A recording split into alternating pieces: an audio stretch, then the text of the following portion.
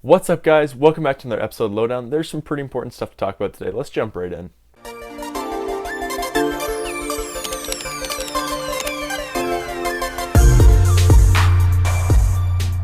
Now, the first thing I want to address this week is the Colin Kaepernick scandal, or whatever you want to call it. Probably 100% of you aware what happened. If not, basically he sat down during the national anthem. Now, I don't really plan on getting into this because I'm not an American. I'm just going to be a little Canadian to the north. I'll stick to my own thing, and I'll let you guys battle it out. But the two things that I've seen a lot of this, people are getting mad at him for saying that, but that's part of the freedom, is the fact that he can say that, so you can't really deny him his freedom when you're trying to support his freedom.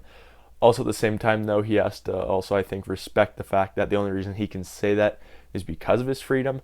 So again, it's a really tricky situation right now. I'll let you guys battle it out. And the first story of the day is I am so sorry to the Cowboys fans out there.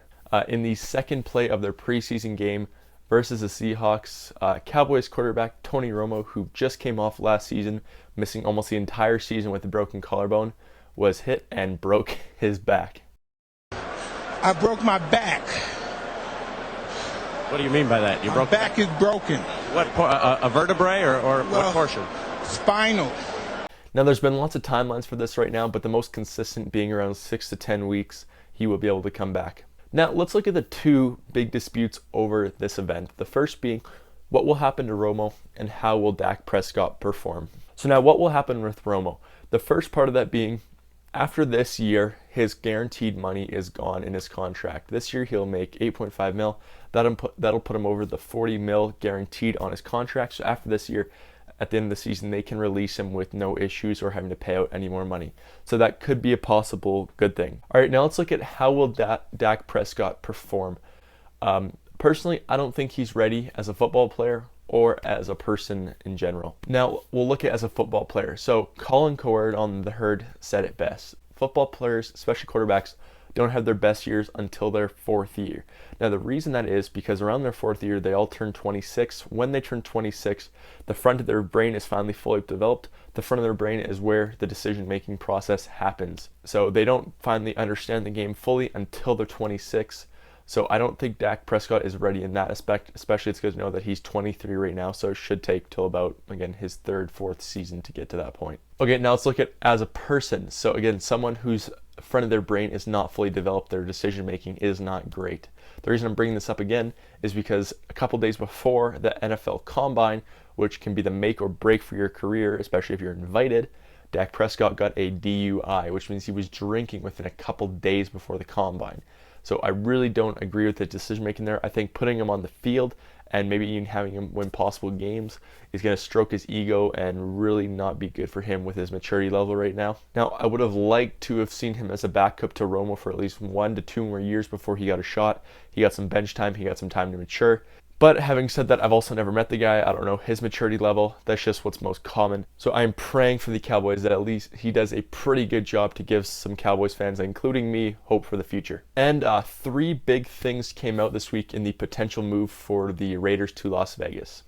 The first being that they have filed for the trademark to Las Vegas Raiders. The second thing that came out was a whole bunch of renderings of the brand new stadium they want to build. Check it out.